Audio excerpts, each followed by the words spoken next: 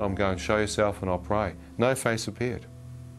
My mother kept saying, pray from your heart. God, if you're real, if this is real, help me to pray. Help me to pray the only prayer I've ever learnt. Help me to remember the Lord's Prayer.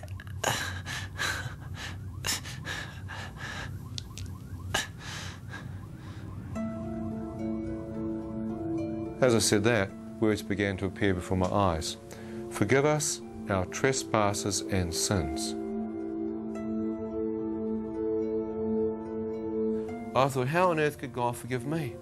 I mean, it's too late. I've done too many things wrong.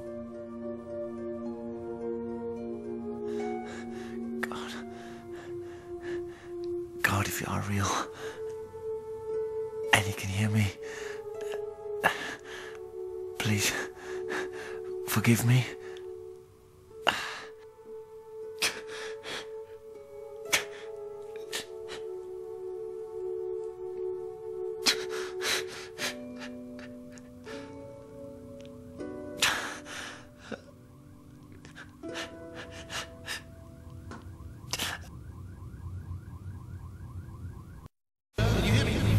Get the antitoxin tree.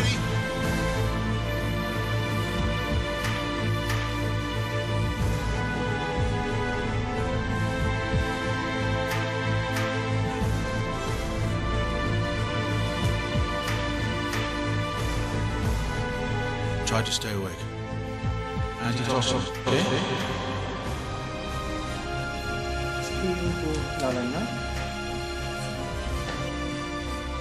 Doctor, I can't find a vein. Slap his hand.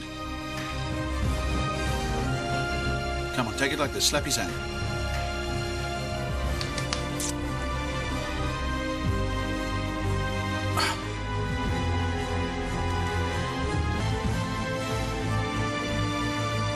That's all we can do for you right now. Fight the poison. Fight the poison, okay?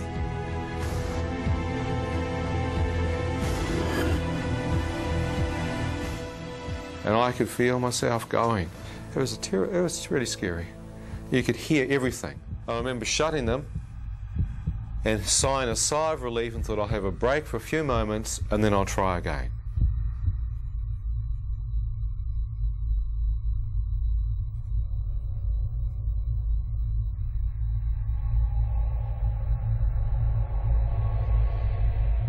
As I did that, I felt a sensation like a release. The battle to stay alive had finished.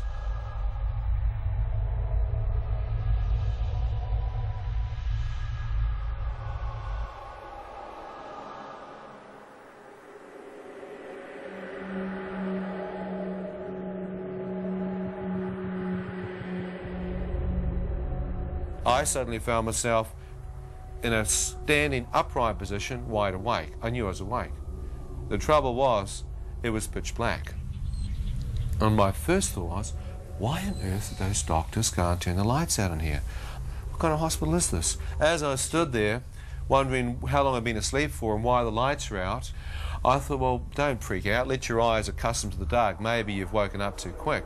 So I kept looking, thinking my pupils had dilated. No light. Couldn't see a thing. It was pitch black, like a dark room. So, well, okay. There must be some light in here somewhere. So I turned around 360 degrees, checking out to see if there's some light. Couldn't see a thing. As I went out to my right, I couldn't find the wall. I thought, that's weird. Have they moved me? So I started moving back to the left, groping around looking for my beard. Couldn't find it. I thought, great, you idiot, now you've lost your beard. How on earth did you do that? So as I'm groping around physically trying to find my beard, the next thought that comes into my mind is that it's so dark in here, you can't seem to see your hand in front of your face. So I brought my hand up to where my face should be, and it seemed to pass straight through, as if there was no physical form there. I thought, that's impossible. You can't miss your head. I went for my physical body, absolutely nothing. I thought, what the heck's going on? It's like I'm out of my physical form. It's like I'm transparent, yet I have the sensation of being a total human being standing there. Ian, who I am, appears to be standing here. What's happened? And as I stood there, I began to sense something out to my right looking at me. In front of me, I felt like invisible eyes of something or someone checking me out. The darkness had an evil presence, a cold, encroaching evil pervading the atmosphere.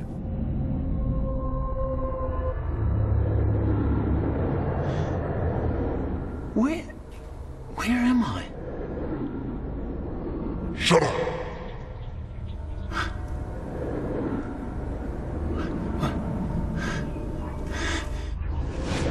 You deserve to be here. What? Deserve to be where? Hell. Now shut up.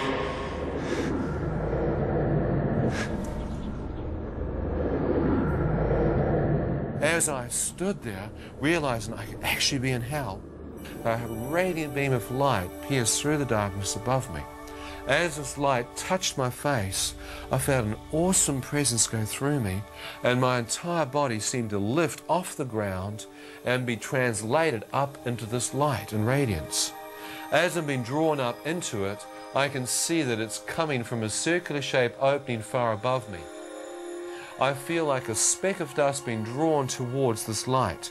As I'm being drawn up towards it, I thought, is this real? I looked back over my shoulder, and far beneath me, I could see the darkness. Still not understanding what this light was, I began to move up to the opening, enter it. As I was drawn into the opening, I could now see that it was a tunnel. As I looked along the length of it, I could see the source of the radiance.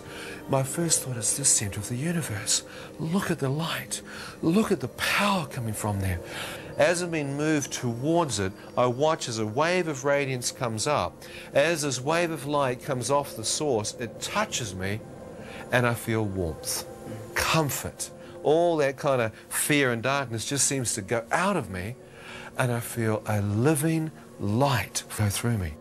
Shafts of radiance came out from the central core. It was like a white fire. Phenomenal radiance in the central core. From that, I watched this brilliant light piercing out, and I thought even the stars in the universe, even the constellations must find their energy source from this focal point. What is that light? Is there someone in there surrounded by this radiance? As I questioned that in my own mind, a voice spoke to me from the center of the light.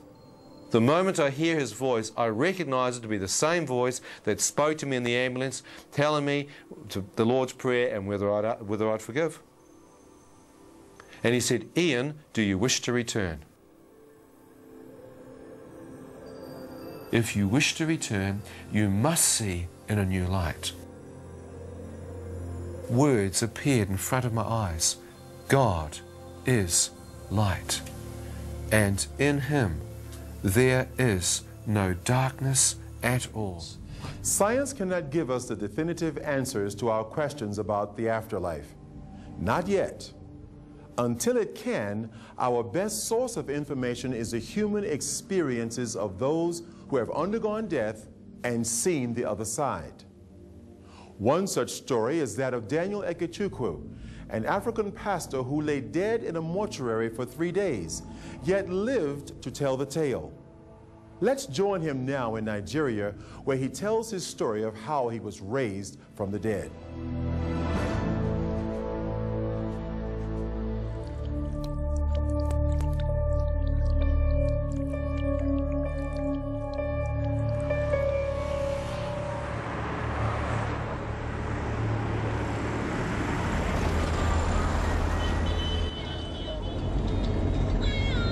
As he headed down one of the dirt roads, he